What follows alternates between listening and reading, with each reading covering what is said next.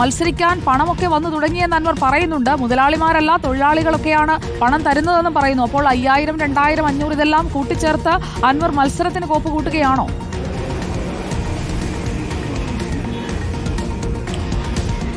സുജയ, ഇന്ന് രാവിലെ നടത്തിയ വാർത്താ സമ്മേളനത്തിൽ പി വി അൻവർ മത്സരത്തില്ല എന്ന് പറയുമ്പോൾ തന്നെ അതിന് കാരണമായി ചൂണ്ടിക്കാണിച്ചിരുന്നത് സാമ്പത്തികമായി ശേഷിയില്ലാത്തത് കൊണ്ട് എന്നാണ്. തൻ്റെ കയ്യിൽ പണമില്ലാത്തതുകൊണ്ട് മത്സരത്തിനില്ല എന്നുള്ളത് തന്നെയാണ്.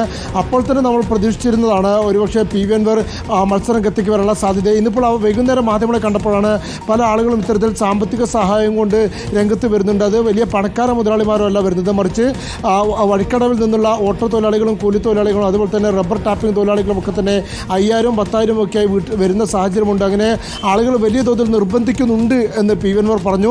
സ്വാഭാവികമായും മത്സരത്തിനുള്ളൊരു സാധ്യത തള്ളിക്കളയാതെയുള്ളൊരു പ്രതികരണം പി വി അൻവർ ഈ ഘട്ടത്തിൽ നടത്തിയിരിക്കുന്നു എന്നുള്ളതാണ്. അപ്പോൾ ഈ ആളുകളുടെ നിർബന്ധത്തിനനുസരിച്ച് മത്സരിക്കാൻ തയ്യാറായെന്ന് ചോദിച്ചപ്പോൾ ഒന്ന് ആലോചിക്കട്ടെ എന്നുള്ളൊരു മറുപടി മാത്രമാണ് പി വി അൻവർ പറഞ്ഞിരിക്കുന്നത്. സ്വാഭാവികമായും മത്സരരംഗത്തേക്ക് വരാനുള്ള പി വി അൻവറിൻ്റെ സാധ്യത തന്നെയാണ് അത് സൂചിപ്പിക്കുന്നത്. അങ്ങനെയെങ്കിൽ ശക്തമായൊരു ത്രികോണ മത്സരത്തിന് നിലമ്പൂരിൽ സാധ്യത തെളിയുന്നു എന്നുകൂടി പറയേണ്ടി വരും. മാത്രമല്ല UDF-ഉമായുള്ള ചർച്ചയെക്കുറിച്ചും അല്ലെങ്കിൽ UDF ഇനി അൻവറുമായി ചർച്ച നടത്തുന്നില്ല എന്നുള്ള കാര്യത്തെക്കുറിച്ചുള്ള വാർത്തയെക്കുറിച്ചുള്ള പ്രതികരണം ആരാഞ്ഞിരുന്നു. അപ്പോഴും അൻവർ സൂചിപ്പിച്ച കാര്യം അത് ഞാൻ നേരത്തെ തന്നെ കൊട്ടിയടച്ച വാതിലാണ് എന്നുള്ളതാണ്. ചർച്ചയ്ക്കില്ല എന്ന് താൻ രാവിലെ വ്യക്തമാക്കി എന്നുള്ളത് പി വി അൻവർ പറയുകയും ചെയ്തു. എന്നാൽ അതിനോടൊപ്പം പ്രധാനമായും അൻവർ സൂചിപ്പിച്ചൊരു കാര്യം നിലമ്പൂർ ഉപതെരഞ്ഞെടുപ്പ് കഴിയുന്നത് വരെ ഇനി ഒരു ചർച്ചയ്ക്കില്ല എന്നുള്ളതാണ്. സ്വാഭാവികമായും അപ്പോൾ നിലമ്പൂർ ഉപതെരഞ്ഞെടുപ്പ് കഴിഞ്ഞാലുള്ള ചർച്ചയ്ക്കുള്ള സാധ്യതകളെ അൻവറും പ്രതീക്ഷിക്കുന്നുണ്ട് എന്നുള്ളതാണ് തന്നെയാണ്. അഥവാ UDF-ൻ്റെ മുന്നണിയുമായി ഭാഗമായി ചേർന്ന് പോകാനുള്ള ഒരു താല്പര്യം വരും. പക്ഷേ നിലമ്പൂർ ഉപതെരഞ്ഞെടുപ്പിന് ശേഷം അൻവർ സ്വീകരിച്ചേക്കും. അത് 23-ാം തീയതി വരുന്ന റിസൾട്ട് അനുസരിച്ച് ആവട്ടെ ഭാവി എന്നതാണ് അൻവർ ഇപ്പോൾ പറഞ്ഞു വെക്കുന്നത്.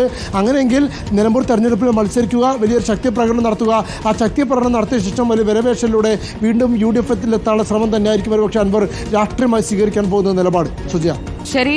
അഷ്കർ, അർജുൻ മട്ടന്നൂർ കൂടി നമുക്ക് പോകുന്നുണ്ട്. Arjun Mattannur, good evening. Anvar factor അത് എത്രത്തോളം ഉണ്ടാകും? UDF ഇപ്പോൾ അൻവർ ഇല്ലെങ്കിലും ജയിക്കാൻ കഴിയുമെന്ന് കെ സുധാകരൻ അടക്കം പറയുന്ന ഒരു സാഹചര്യത്തിലേക്ക് വരികയാണ്. തൃണമൂൽ കോൺഗ്രസ് എന്ന സംവിധാനം നിലമ്പൂരിൽ എത്രത്തോളം ആക്റ്റീവാണ്?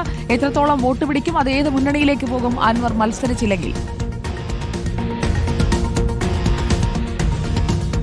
Good evening Sujaya. ഏതാണ്ട് 2.5 പതിറ്റാണ്ടിലേറെ ആര്യാടൻ മുഹമ്മദ് പ്രതിനിധീകരിച്ച നിലമ്പൂരിൽ കഴിഞ്ഞ 9 വർഷമായി നിലമ്പൂരുകാരുടെ MLA ആണ് പി വി അൻവർ.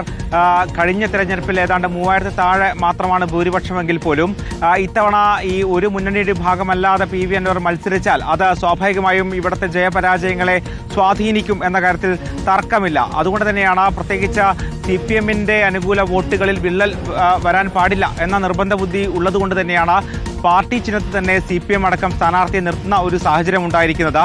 നേരത്തെ ഈ തൃണമൂൽ കോൺഗ്രസിന്റെയും പി വി അൻവറിന്റെയും കണക്ക് പ്രകാരം 8 മുതൽ 10% വരെ വോട്ട് സമാഹരിക്കാൻ കഴിയുമെന്നതാണ് അവരുടെ കണക്ക്. പക്ഷേ അത് മുഖവിലേക്ക് എടുത്തില്ലെങ്കിൽ പോലും ഈ മണ്ഡലത്തിലെ ജയപരാജയങ്ങളെ സ്വാധീനിക്കാൻ തക്ക വോട്ട് പി വി അൻവറിന് പിടിച്ചെടുക്കാൻ കഴിയുമെന്ന കാര്യം ഉറപ്പാണ്.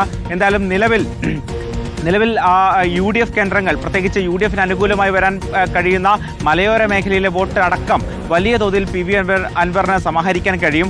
പി വി അൻവർ മത്സരിക്കുന്നില്ലെങ്കിൽ അത് സ്വാഭാവികമായും UDF-ലേക്കും LDF-ലേക്കും പോകുമെന്ന കാര്യം ഉറപ്പാണ്. അതൊരു രാഷ്ട്രീയ പോരാട്ടത്തിനായിരിക്കും നിലമ്പൂർ വേദിയാവുക. പക്ഷേ മറിച്ച് പി വി അൻവർ മത്സരിക്കാൻ തീരുമാനിക്കുകയാണെങ്കിൽ അത് സ്വാഭാവികമായും ഇവിടുത്തെ ജയപരാജയങ്ങളെ സ്വാധീനിക്കും.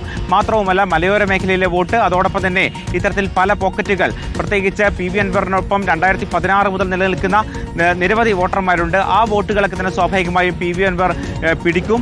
അങ്ങനെയാണെങ്കിൽ അത് സ്വാഭാവികമായും UDF-ന് ഒരു പ്രതികൂല ഘടകമായി വരാൻ സാധ്യത ഏറെയാണ്. സുജയ, ഓക്കെ, വിവരങ്ങൾ നൽകിയത് അർജുൻ മട്ടന്നൂരും റോഷിപാലും അഷ്കർ അലി കരിമ്പയുമാണ്.